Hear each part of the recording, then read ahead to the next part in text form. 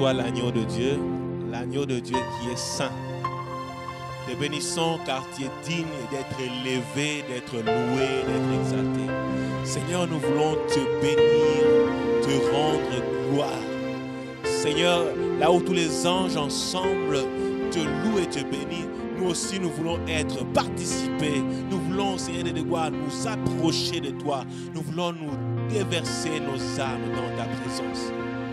Merci Seigneur pour ta grâce. Merci pour la vie. Merci pour la joie de nos cœurs. Merci Jésus-Christ.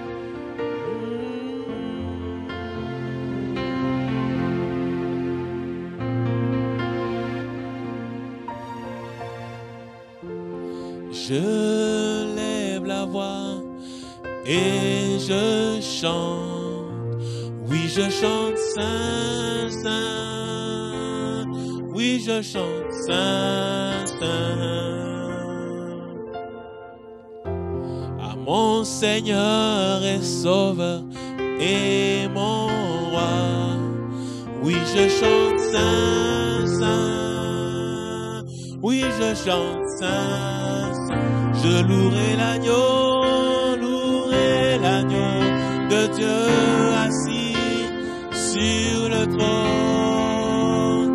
Je l'adorerai et rendrai gloire à lui seul. Celui qui était, qui est, qui vient, je chanterai devant son trône à jamais, à jamais, à jamais. Je louerai l'agneau de Dieu assis sur le trône. Je l'adorerai et rendrai gloire à lui seul. Celui qui était, qui est, qui vient, je chanterai devant son trône à jamais, à jamais, à jamais. Tous les anges ensemble s'agenouillent en disant Saint, Saint, Alléluia, Saint, Saint. Nous, tes fils et filles, te louons Dieu et nous chantons Saint, Saint. Nous chantons je louerai l'agneau et l'agneau de Dieu assis sur le trône. Je l'adorerai et rendrai gloire à lui seul. Celui qui était, qui est, qui vient, je chanterai devant son trône à jamais. Je louerai l'agneau et l'agneau de Dieu assis sur le trône. Je l'adorerai et rendrai gloire à lui seul. Celui qui était, qui est, qui vient, je chanterai devant son trône à jamais, à jamais, à jamais. Saint, Saint, Saint, Saint, Saint, Saint, Seigneur, Saint, Saint, élève la voix et chante Saint, Saint, Saint, Alléluia, Saint, Saint, nous chantons, tu es Saint, Saint, Saint, Alléluia, Saint, Saint, élève la voix et chante Saint, Saint, nous chantons Saint, Saint, élève la voix et chante Saint, Saint, oh chante Saint, oh tu es Saint.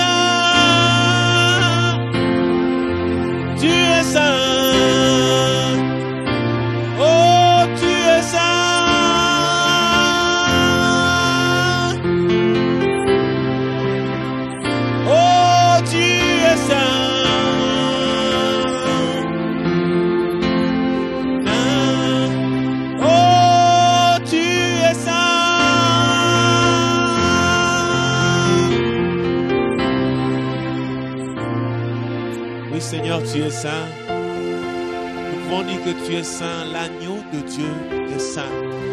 L'agneau de Dieu assis sur le trône est saint et nous l'adorons. Nous l'adorons, Seigneur Jésus-Christ.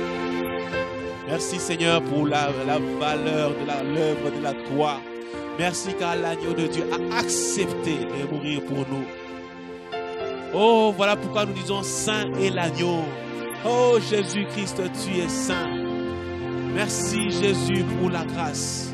Merci pour la grâce de voir l'agneau et de vivre avec l'agneau. Holy is the Lamb. Tu es l'agneau saint, l'agneau sans tache. Alléluia. Ainsi qu'on peut amener, Seigneur, quoi, des animaux sans défaut. Oui, toi tu es l'agneau sans défaut par excellence. Merci, Seigneur de gloire. Merci, Jésus-Christ. Merci, Jésus-Christ. Alléluia, alléluia. Merci, Jésus-Christ, pour ta grâce.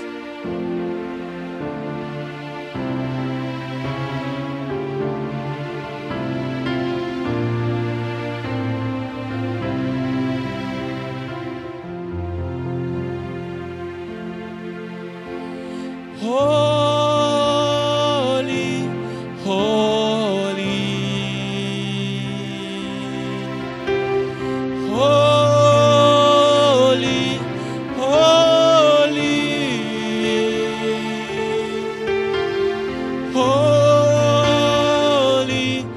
holy, holy.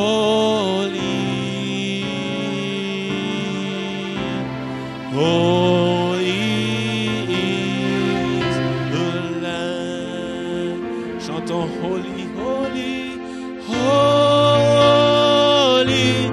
holy, holy, holy, holy, holy. You are holy, holy, holy, holy is the Lamb, holy.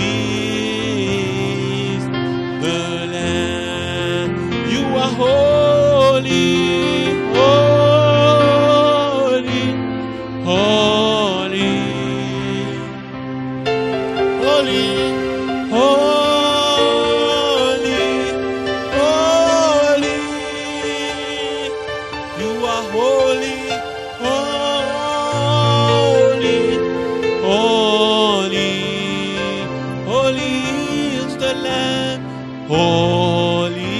Holy is the Lamb, holy is the Lamb, holy is the Lamb,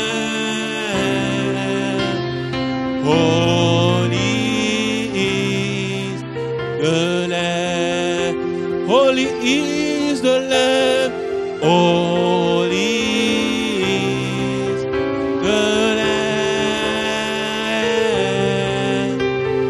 Holy is the Lamb, holy is the Lamb, holy is the Lamb.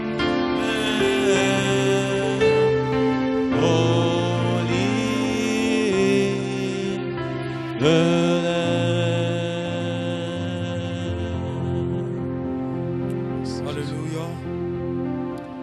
Père Saint, nous te disons merci encore ce soir. Toi, tu es fidèle. Et chaque jour qui passe, tu renouvelles ta bonté. Tu dis dans ta parole qu'à chaque jour suffit sa peine. C'est pourquoi nous t'adorons encore ce soir. Nous venons encore te célébrer, Seigneur Dieu, parce que tu nous as permis, tu nous as donné cette opportunité de nous tenir encore devant ta sainteté. Merci, Seigneur Dieu, pour ce culte. Merci pour la présence de mon frère et de ma soeur. Merci, Seigneur Dieu, pour ta parole, parce que tu n'envoies jamais ta parole en vain. Gloire te soit rendue, Père, toi le Dieu, le Père de notre Seigneur Jésus. Je me recommande entre tes saintes mains. Parle à ton peuple au nom de Jésus. Amen.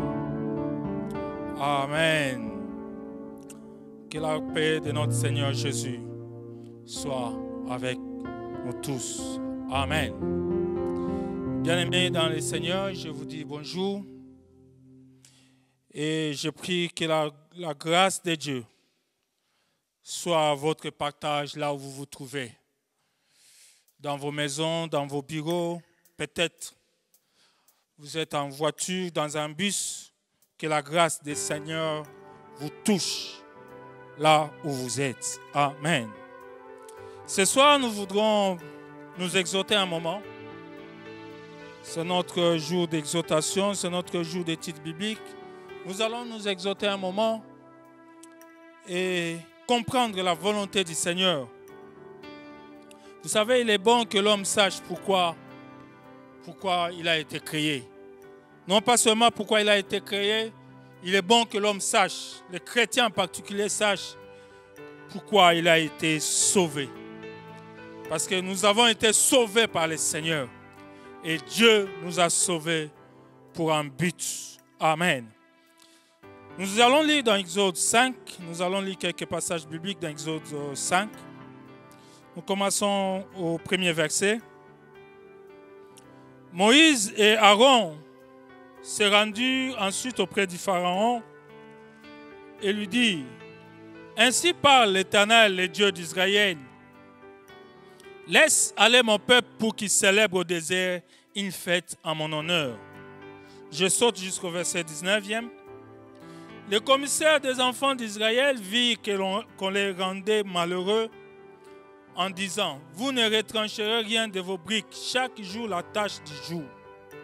En sortant de chez Pharaon, ils rencontrèrent Moïse et Aaron qui les attendaient. Il leur dit: Que l'Éternel vous regarde et qu'il juge. Vous nous avez rendus odieux à Pharaon et à ses serviteurs. Vous avez mis une épée dans leurs mains pour nous faire périr. Le verset, chapitre 6, verset 1er. L'Éternel dit à Moïse: Tu verras maintenant ce que je ferai à Pharaon. Une main puissante le forcera à les laisser aller. Une main puissante le forcera à les chasser de son pays. Amen.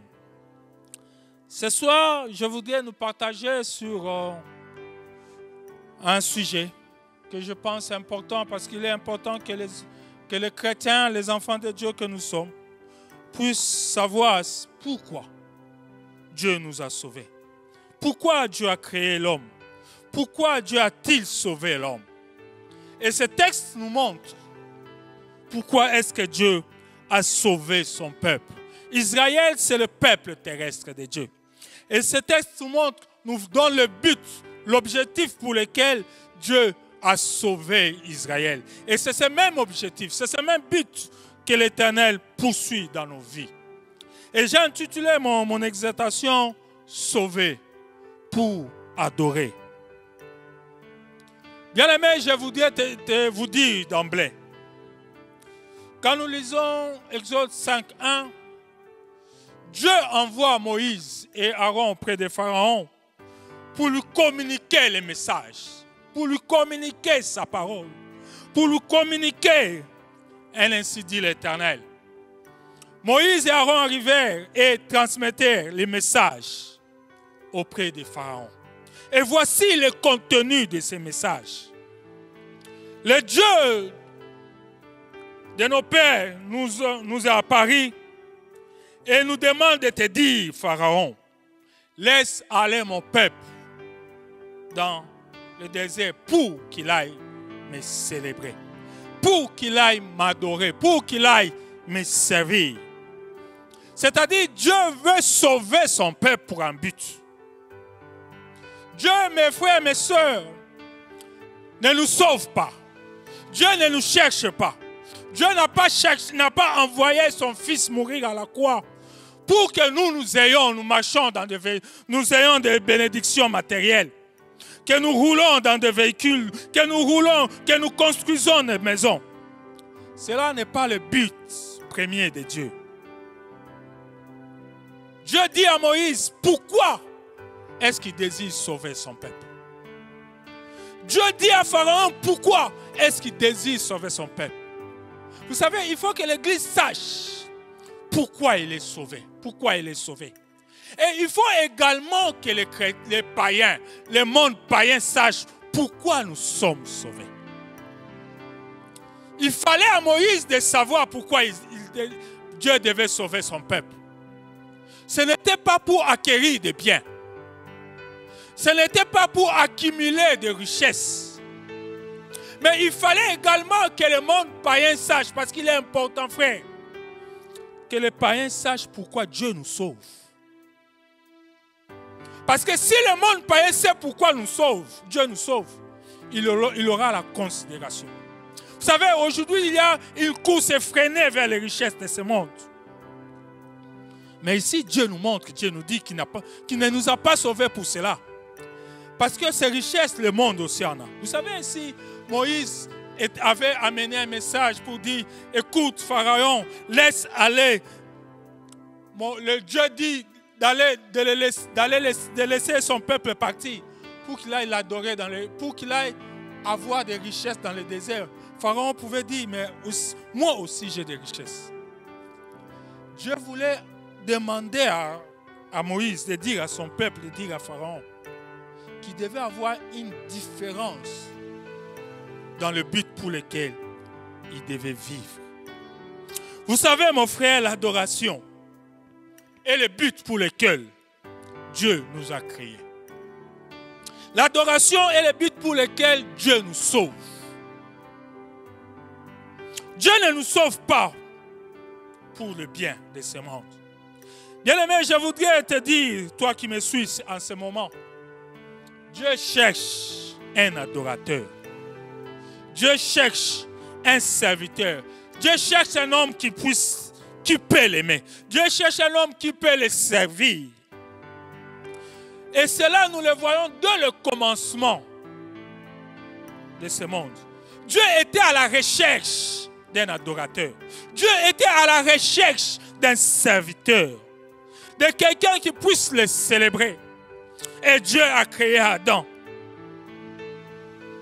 Dieu s'est choisi un peuple qui soit différent des autres. Non pas par rapport aux richesses de ce monde, mais différent dans son adoration. Différent dans sa célébration qu'il rend au Seigneur. Bien-aimés, je voudrais nous dire, frères et sœurs, il y a une chose qui nous distingue du monde. C'est l'adoration que nous rendons à Dieu. Ce ne sont pas les richesses. Ce ne sont pas les véhicules. Ce ne sont pas les biens. Ce qui nous distingue du monde, c'est l'adoration que nous rendons à d'autres dieux. Et Dieu s'est choisi un peuple. Quand ce peuple entre dans l'esclavage, Dieu vient pour délivrer ce peuple. Parce que Dieu se cherche des adorateurs. Dans Jean 84, la Bible dit que Dieu cherche un adorateur. Ce soir, je voudrais te dire que Dieu te cherche. Dieu a besoin de toi pour l'adorer. Dieu a besoin de toi pour le louer. Dieu a besoin de toi pour le servir. Vous savez, dans une de mes prédications, j'ai dit une chose. J'avais dit que Dieu peut tout faire.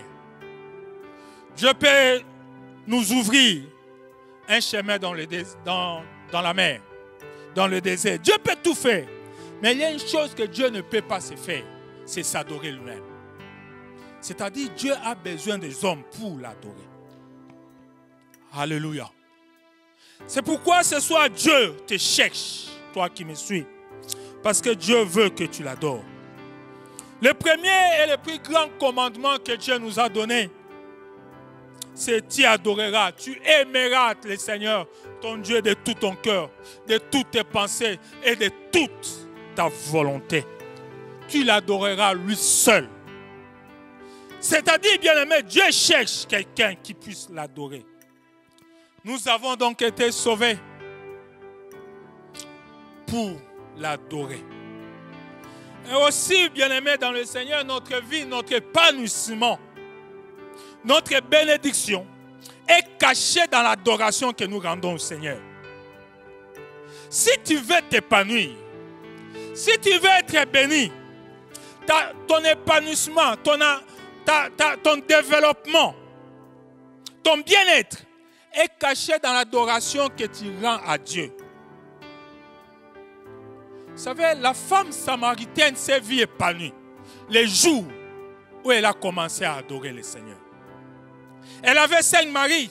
Je présume que ces 5 maris lui ont donné beaucoup de biens. On peut dire qu'il avait des richesses. Mais ce n'était pas une femme épanouie. Pourquoi? Parce qu'elle n'adorait pas le Seigneur. C'est le jour où elle s'est engagée à adorer le Seigneur. Ce jour-là, sa vie a changé. Ta vie changera le jour où tu t'engageras dans une vie d'adoration. Dans une vie de complète adoration. Alléluia. Vous savez, ce passage nous parle de la volonté de Dieu de délivrer le peuple d'Israël. Mais il fixe un but, celui de l'adorer. Pourquoi Dieu veut que son peuple l'adore? Vous savez, l'adoration est la révélation. L'adoration est la vision de Dieu pour l'homme. L'adoration est la révélation, la vision de Dieu pour l'homme. C'est-à-dire un homme qui n'adore pas n'est pas dans le plan de Dieu. Un homme qui n'adore pas n'est pas dans la vision de Dieu. Un homme qui n'adore pas n'est pas dans le calendrier de Dieu, n'est pas dans l'agenda de Dieu. L'adoration, c'est la révélation de Dieu pour l'homme. C'est pourquoi, mon frère, si tu veux entrer dans le calendrier de Dieu, commence à adorer le Seigneur. Dieu, mon frère, s'est fait connaître à nous pour qu'on l'adore. Dieu s'est fait révéler à nous pour qu'on l'exalte. Dieu nous a sauvés pour que nous devenions des instruments de sa gloire par l'adoration que nous devons lui rendre. Bien-aimé, je te prie, je t'invite ce soir à t'élever à être un instrument d'adoration. C'est par cela que le monde comprendra que tu es quelqu'un de différent, que tu es quelqu'un qui n'est pas de ce monde. Parce que celui qui adore Dieu entre dans sa vision. Celui qui adore Dieu entre dans son plan. Celui qui adore Dieu entre dans son calendrier. Si nous voulons vivre le plan merveilleux de Dieu, mon frère, ma soeur, le plan que Dieu a formé pour toi, pour moi, nous devons accepter d'entrer dans la vision de Dieu. Cette vision est de l'adorer. Dieu nous invite à l'adorer. Dieu t'a sauvé, Dieu m'a sauvé, Dieu a sauvé cette église pour que cette église du Christ puisse l'adorer.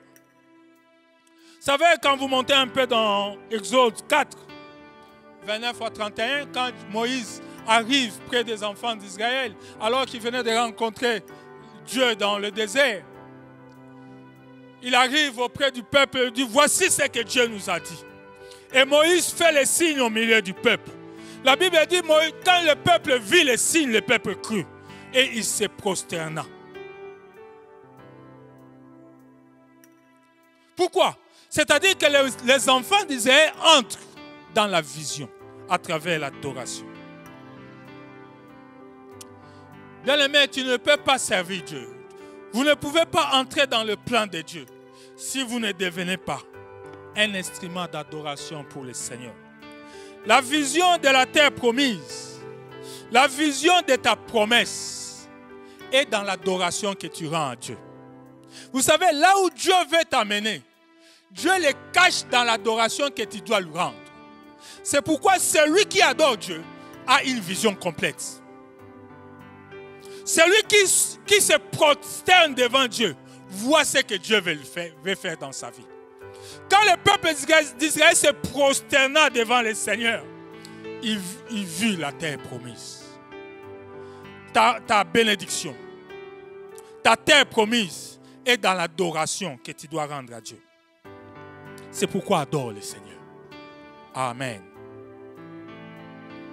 Les jours où tu t'engages dans une vie d'adoration, c'est ce jour-là que commence ta marche vers ta promesse. Les jours où tu t'engages dans une vie d'exaltation, c'est ce jour-là, mon frère, que commence ta marche vers ta destinée. L'adoration, c'est le point de départ de ta destinée.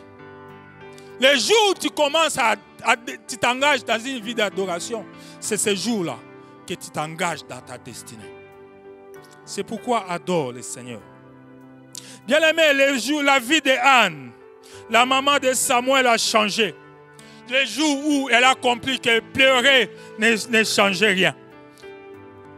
Mais quand elle s'est adonnée à adorer le Seigneur, sa vision a changé. Elle est entrée dans le plan, dans le processus d'enfantement de Samuel. Mon frère, ma soeur, l'adoration nous permet de contempler les richesses du Seigneur. Quand tu entres dans le plan de Dieu, Dieu permettra que tu contemples les richesses. Et en contemplant les richesses du Seigneur, tu n'envieras pas les richesses de ce monde. C'est pourquoi quand vous voyez quelqu'un s'accrocher aux richesses de ce monde, ce n'est pas un adorateur. Quiconque qui s'accroche aux richesses de ce monde n'est pas un adorateur. L'adorateur contemple les richesses du Seigneur. Il se sert bien entendu de ce que Dieu lui donne sur la terre. Tout ce que Dieu lui donne sur la terre, il se sert de cela.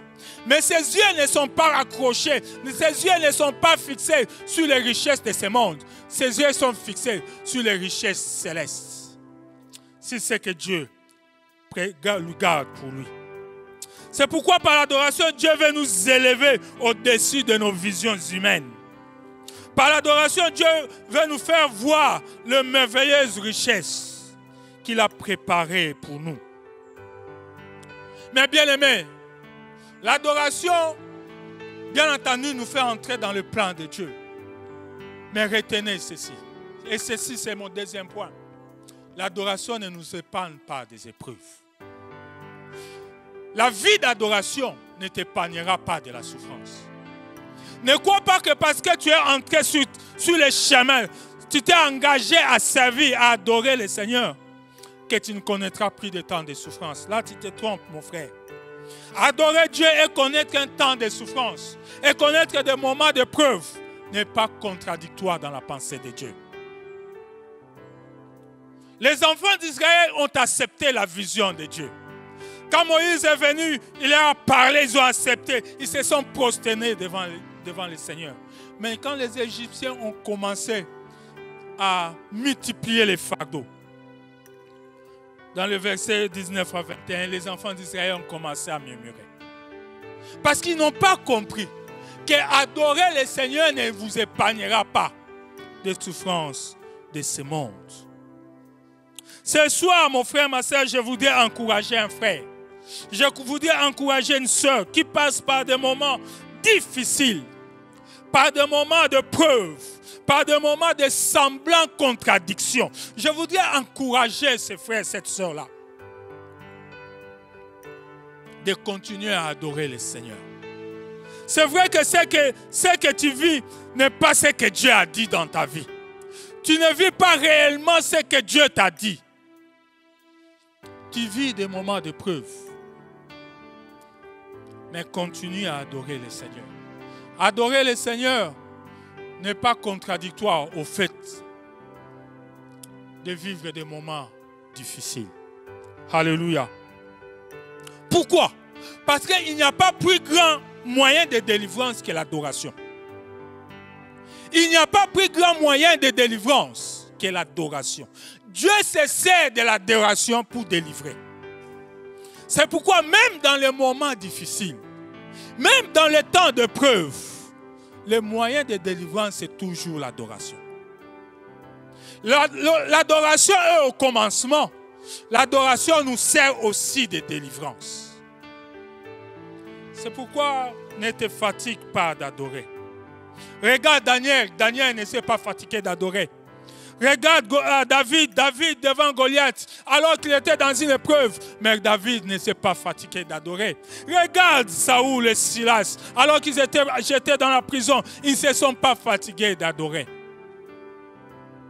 L'épreuve ne doit pas être un frein à ton adoration. Les temps difficiles ne doivent pas être un frein à ton adoration. Les moments de difficulté ne doivent pas être un frein à ton service. Continue à adorer le Seigneur. Continue à élever le Seigneur. Vous savez, beaucoup de frères, beaucoup de chrétiens se perdent dans des moments de difficulté. Beaucoup de chrétiens se perdent dans des moments de preuve. Quand arrive le moment de preuve, beaucoup tombent. Pourquoi? Parce que beaucoup n'arrivent plus à adorer. Or, la solution pour nous tenir dans des moments de preuve, la solution pour sortir dans des moments de preuve, c'est l'adoration. Quand dans des moments de preuve, toi tu adores, c'est-à-dire tu confesses des choses qui sont contraires à ce que toi tu vis. Alors que tu es dans des moments de difficulté, tu dis Dieu est grand. Alors que tu es dans des moments où tu ne manges pas, tu dis que Dieu est le pourvoyeur. L'adoration, c'est ta solution pour te faire sortir dans des moments de preuve. C'est pourquoi quand tu es dans des moments de preuve, quand tu es dans des moments de confinement, quand tu es dans des moments de maladie, adore Dieu. Ne t'arrête pas d'adorer. Ne t'arrête pas de l'exalter. Ne t'arrête pas de les servir. Ne t'arrête pas de les célébrer. L'adoration est la solution de Dieu au temps de difficultés, au temps de l'épreuve. Regardons le psaume de David. Plusieurs des psaumes de David. Quand nous les lisons, nous allons nous rendre compte que cet homme, malgré de tant de difficultés, a continué à adorer le Seigneur. Il a adoré le Seigneur dans n'importe quelle circonstance, et particulièrement dans des temps difficiles. Alors qu'il était poursuivi, lui, il a adoré le Seigneur. Je nous invite, chrétiens, bien-aimés dans le Seigneur, Église du Seigneur, vous qui me suivez, dans ce moment de preuve, l'église, c'est vrai, est fermée, mais l'adoration n'est pas fermée. L'église, nos portes sont fermées, mais Dieu, l'homme ne peut pas nous interdire d'adorer le Seigneur. Continuons à adorer. Continuons à élever nos mains vers le Seigneur, le Tout-Puissant. Continuons à exalter Dieu, celui qui siège sur son trône. Adorons le Seigneur. Bien-aimés, les temps difficiles, les épreuves de tout genre n'enlèveront pas ou ne changeront pas la vision que Dieu a pour toi. Quel que soit le temps de preuve, quel que soit le temps de difficulté, Dieu ne changera pas sa vision pour toi. Mais ton refus d'adorer le Seigneur peut te faire écarter de sa vision. Alléluia. Vivre les temps difficiles et continuer à adorer te fera rester dans la vision de Dieu. Mais si tu te remets à refuser d'adorer le Seigneur, tu t'écarteras de la vision ou tu retarderas la vision que Dieu a pour toi. Alléluia. Et enfin, pour terminer, pour qu'on l'adore, Dieu manifeste sa main puissante. Vous savez, Pharaon résiste à la délivrance, à l'appel du Seigneur. Dieu avait envoyé Moïse pour dire à Pharaon, va dire à Pharaon qu'il laisse aller mon peuple pour qu'il aille me célébrer. Mais Pharaon résiste. Personne ne peut résister à la volonté de Dieu de voir son peuple l'adorer. Vous savez, quand Dieu voit qu'il y a quelque chose, qu'il y a une main qui t'empêche d'adorer le Seigneur, Dieu enlèvera cette main. Alléluia. Bien-aimé, Dieu manifestera sa toute-puissance pour qu'il soit toujours adoré. Dieu vise l'adoration. Et quiconque empêchera l'église de Dieu de l'adorer, Dieu l'écartera. Parce que ce que Dieu cherche, c'est l'adoration. Quiconque t'empêchera, quiconque t'empêchera d'adorer le Seigneur, rencontrera sur son chemin le Tout-Puissant. Bien-aimé, la vision de Dieu d'être adoré par toi s'accomplira et s'accomplira certainement. Dieu avait dit à Pharaon, tu laisseras mon peuple, il ira m'adorer. Pharaon a résisté, bien-aimé, mais la main puissante de l'Éternel s'est levée. Si tu t'engages à adorer le Seigneur, je voudrais dire à un frère, à une soeur, si tu t'engages de tout ton cœur à adorer le Seigneur, Dieu élèvera sa main puissante contre tes ennemis. Dieu s'élèvera pour combattre contre tes ennemis. Parce que Dieu cherche quelqu'un qui puisse l'adorer. Quand tu te décideras à adorer Dieu, Dieu s'élèvera pour combattre pour toi. Dieu, dans ce texte, s'est élevé pour combattre pour les enfants d'Israël contre l'Égypte. Bien-aimé dans le Seigneur, ton engagement à adorer, ton désir d'adorer amènera Dieu à devenir ton défenseur. L'adoration fait de Dieu ou fera de Dieu ton défenseur. Quand Dieu a vu que son peuple était prêt à aller l'adorer, Dieu est devenu le défenseur des enfants d'Israël. Laisse que Dieu devienne ton défenseur à cause de ton adoration. Laisse que Dieu devienne ton défenseur. Nzambe abandako bundela bitumba, abandako telemela bato bazako telemela yo. Pourquoi? Parce que tu deviens un adorateur. Quand tu t'engages à adorer Dieu, Dieu s'élèvera pour combattre les circonstances, les hommes, les situations qui voudront t'empêcher d'adorer Dieu. L'adoration, bien-aimé, fera de Dieu le défenseur de ta vie. L'adoration, bien-aimé, fera de Dieu le défenseur de tes promesses. L'adoration, bien-aimé, fera de Dieu le défenseur du plan merveilleux qu'il a conçu et préparé pour toi. Ce soir, mon frère, ma soeur, je voudrais t'inviter à un moment d'adoration. Parce que l'adoration, c'est le point de départ de ta destinée.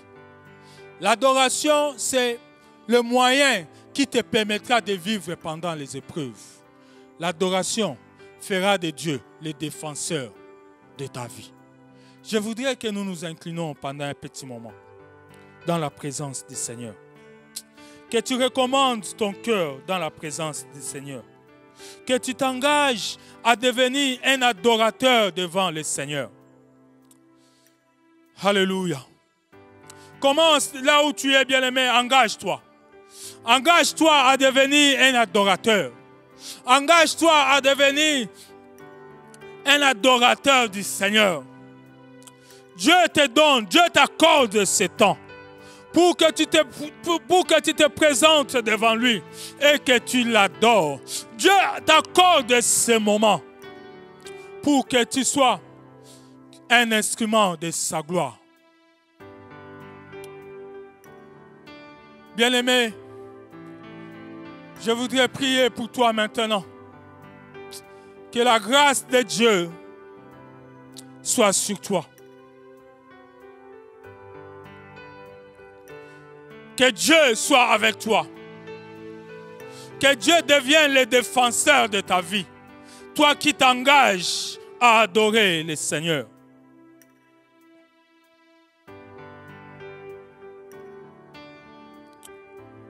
Que la grâce de Dieu t'accompagne.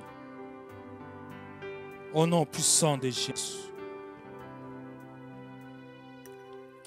Amen. Amen. Que Dieu nous bénisse. Nous vous rappelons nos programmes. Nous sommes là tous les mercredis et vendredis à 17h30. Et les dimanches, nous passons sur notre page Facebook, Centre évangélique La Trinité, sur notre chaîne YouTube, Trinité TV, à partir de 10h. J'aimerais, avant de clôturer, prier pour ceux qui ont leurs offrandes, leurs dîmes. Je voudrais prier pour vous. Et que le Dieu Tout-Puissant voie votre main qui donne.